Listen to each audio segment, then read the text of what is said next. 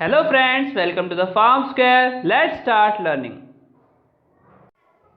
Subscribe, comment and give your valuable feedback. Today's topic is anti-Parkinsonian drugs. The anti-Parkinsonian drugs are the drugs that have a therapeutic effect in Parkinsonism. So first we have to discuss what is Parkinsonism. Parkinsonism is an extrapyramidal motor disorder which is characterized by rigidity, tremors and hypokinesia. The secondary manifestations are defective posture, defective gait, mask-like face, dementia, excessive salivation and the changes in mood. The Parkinson disease is introduced by James Parkinson. According to him, the Parkinson disease is a progressive degenerative disorder. This is a very important point, that the Parkinson disease is a progressive degenerative disorder which is common in older people. Due to the degeneration of neurons at substania nigra, it results in the deficiency of dopamine. Due to the deficiency of dopamine, there is an imbalance between the dopamine and acetylcholine.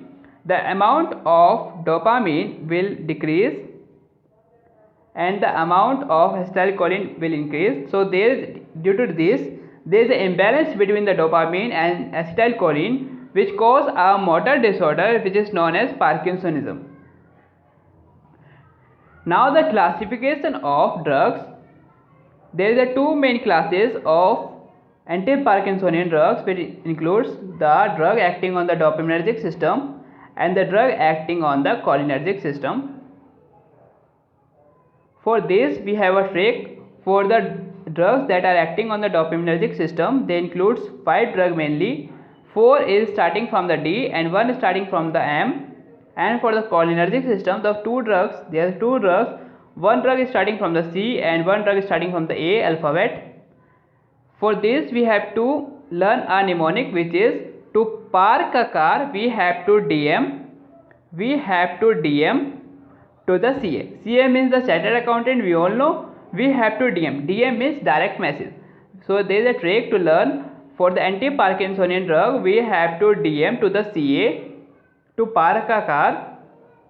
So now the drug acting on the brain dopaminergic system, there is a trick. 4DM means the 4 drug is starting from the alphabet D and the 1 drug is starting from the alphabet M.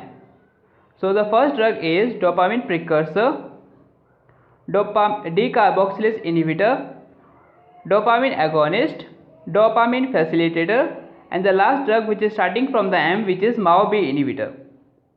Now the drug affecting on brain cholinergic system, the trick is CA, and the 2 drugs which are starting from, first drug is starting from the C, which is central anticholinergic, and the second is which are starting from the A, antihistaminic. So this is the mnemonics, or we can say a short trick to learn the anti-Parkinsonian drugs. In detail, the drug affecting the brain dopaminergic system include the dopamine precursor, which include a prototype drug which is levodopa. The second is decarboxylase inhibitor, which includes carbidopa and benzaldehyde. The dopaminergic agonist includes bromocriptine, ropinirole and the pramipixole.